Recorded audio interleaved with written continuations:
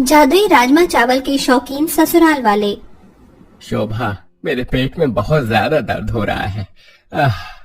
अब शरीर अंदर से खुद को ही खाने लग गया है। बहुत जोरों की भूख लग रही है। अगर कुछ खाया नहीं तो मैं आज ही दम तोड़ दूंगा। आप ऐसे क्यों कह रहे हैं पिताजी? अगर आपको कुछ हो गया तो हम लोग आपके बिना कैसे रहेंगे? रोज ऐसे भूखे मरने से अच्छा है कि हम लोग जहर खाकर एक दिन ही मर जाएं।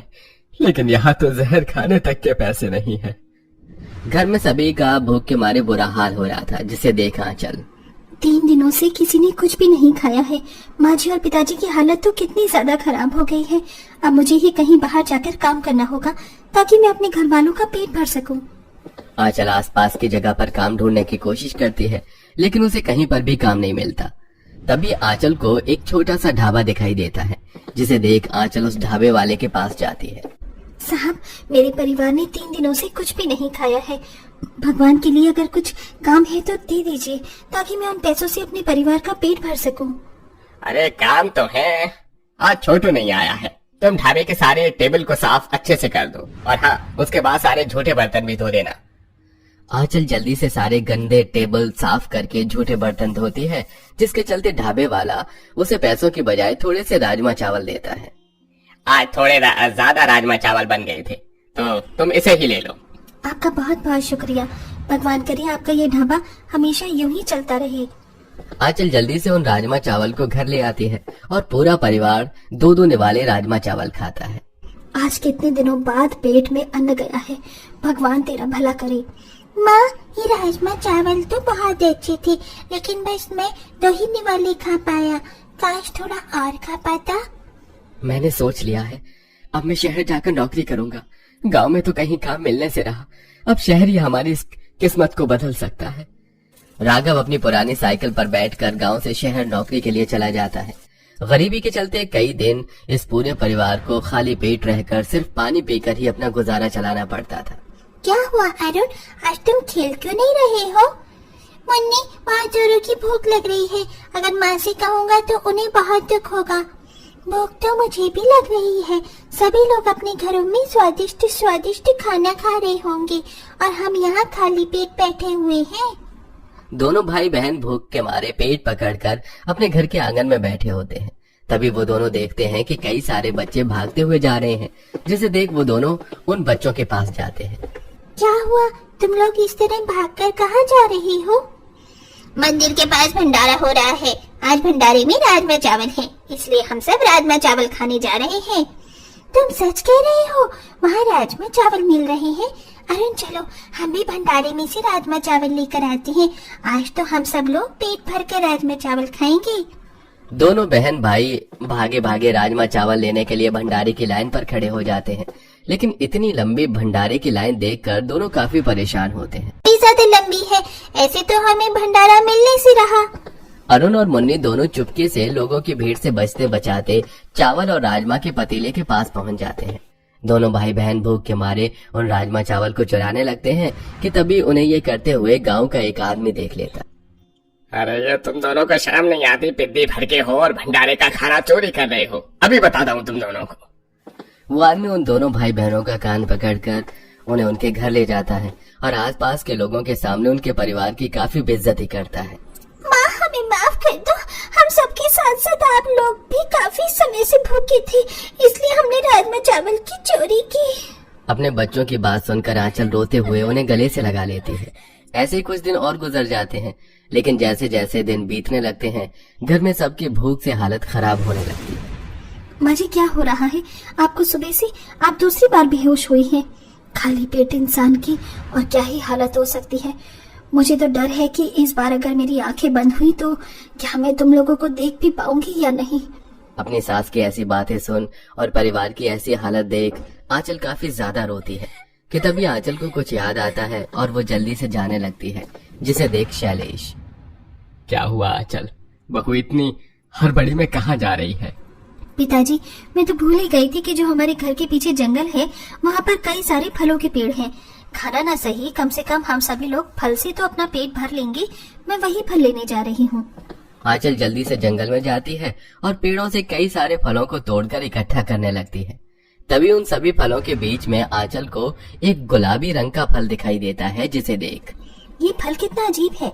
इससे पहले ऐसा गुलाबी रंग का फल तो मैंने कभी कहीं नहीं देखा, और ऊपर से पूरे पेड़ पर ये इकलौता फल है। आंचल अपने पैरों के पास पड़े पत्थर को उठाती है और पेड़ पर मार मार कर उस फल के अचानक वो फल आकर सीधा आंचल के पैरों के पास गिरता है। आंचल जैसे ही उस फल को उठाती है तो उसके अंदर से एक बहुत चमकदार सफेद रोशनी निकलती है और उस रोशनी के साथ आंचल के सामने एक सुंदर सी परी प्रकट हो जाती है। इसका मतलब मेरी माँ सच कहती थी, परियां सच में होती है, लेकिन इनकी दुनिया तो अलग होती है। ऐसा नहीं है, परियां तो हर एक लोक में होती हैं। मेरा नाम भोज्य परी है, इसलिए मैं हर किसी को उनका मनपसंद भोजन देती हूँ। बताओ तुम्हारा मनपसंद भोजन क्या है? खाने का नाम सुनते ही आंचल की आंखों से टप टप करके आंसू टपकने लगते हैं। आंचल उस परी को अपने परिवार के हालातों के बारे में बताती है, जिसे सुन वो परी आंचल को 2 छोटे छोटे बीज देती है। ये लो, इन बीजों को ले जाकर अपने घर के आंगन में गाड़ देना और इन्हें अच्छे से पानी देना। इसकी मदद से तुम्हारा परिवार कभी भूखा नहीं रहेगा। आंचल उन बीजों के बारे में उस परी से कुछ पूछती, इससे पहले ही वो परी वहाँ से गायब हो जाती है। जिसके बाद अब उन आंचल फलों के साथ उन बीज को भी घर पर लेकर आती है और अपने आंगन में उन बीजों को गाड़ कर उस पर पानी डाल देती है। आखिरकार इन बीज में से क्या निकलेगा? आंचल काफी देर तक उन दोनों पौधों को देखती है और वापस अपने घर में आ जाती है और ऐसे ही अगला दिन शुरू हो जाता है। सुबह सुबह उठकर आंचल जैसे ही अपने घर के आंगन में जाती है तो उसे अपनी आंखों पर यकीन नहीं होता। जो बीज उसने बोए थे वो सब अब पौधों में बदल चुके थे और वो कोई साधारण पेड़ पौधे नहीं थे। एक पौधा राजमा और एक पौधा चावल का था। ये सच है या मेरी आंखों का धोखा? पौधों के अंदर से तो फल फूल निकलते हैं, लेकिन इनके अंदर से तो राजमा चावल निकल रही हैं। इसका मतलब उस परी ने मुझे जादुई राजमा चावल का बीज दिया था। अब मेरा परिवार जो पेट भरकर रात में चावल खा सकता है। आंचल जल्दी से घर के अंदर से बर्तन लाती है और उन पौधों के अंदर से जादुई राजमा चावल निकालती है और अंदर ले जाकर अपने पूरे ससुराल वालों को सारी बात बताती है। और अब पूरा परिवार न जाने कितने समय के बाद पेट भरकर उन जादुई राजमा चावल को खाता है और जादुई होने की वजह से वो राजमा चावल काफी ज्यादा स्वादिष्ट भी होते हैं। माँ, ये राजमा चावल तो उन राजमा चावल से भी ज्यादा स्वादिष्ट है। ये बहुत ज्यादा अच्छे हैं। हाँ बहू, ये सच में बहुत ज्यादा स्वादिष्ट है। इन जादुई राजमा चावल को खाकर तो ऐसा लग रहा है कि जैसे मानो शरीर में मेरे सारी बीमारियां दूर हो गई हो। बहू, मुझे और भूख लग रही है, जरा और राजमा चावल दियो। आंचल जैसे ही उन पौधों के पास राजमा चावल लेने के लिए जाती है तो देखती है कि अब वो पौधे बिल्कुल छोटे हो चुके हैं और उनके अंदर ना ही चावल है और ना ही राजमा। ये क्या? ये पौधे इतने छोटे कैसे हो गए? आंचल ये सब देखकर काफी हैरान होती है। तभी आंचल की नजर बाल्टी में रखे पानी पर जाती है।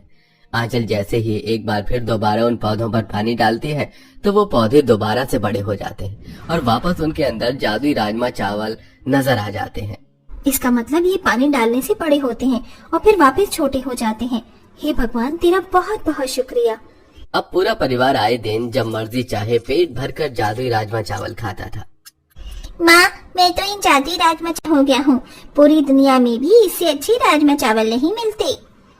ये तो बस ऊपर वाले की कृपा है कि जो हमें ये जादुई राजमा चावल मिले। वैसे बहू, मैं सोच रही थी कि क्यों ना हम अब भी मंदिर में अपने गांव और आसपास के गांव के लोग अलग अलग जगह पर इन जादुई राजमा चावल को ले जाकर गरीबों को दें। जिस तरह इन जादुई राजमा चावल को खाकर हमारा पेट भरा है, वैसे ही उन गरीबों का भी पेट भरेगा। न जाने हमारी तरह और कितने ऐसे परिवार हैं जो हर दिन खाने के लिए तरसते हैं। माँ जी, आपका ख्याल तो बड़ा नेक है। आपने सही कहा। अब से हम अकेले इन जादुई राजमा चावल को नहीं खाएंगे, बल्कि गरीबों को भी खिलाएंगे। अब पूरा परिवार ढेर सारे जादुई राजमा चावल को बर्तन में इकट्ठा करता है और ले जाकर गांव के गरीब लोगों में बांटता है। शायद इस परिवार की इसी अच्छाई की वजह से उधर राघव की शहर में काफी अच्छी नौकरी लग चुकी थी, जिसके चलते राघव अब जल्दी गांव आता है और अपने कमाए हुए पैसों से अपने परिवार को एक अच्छी जिंदगी देता है।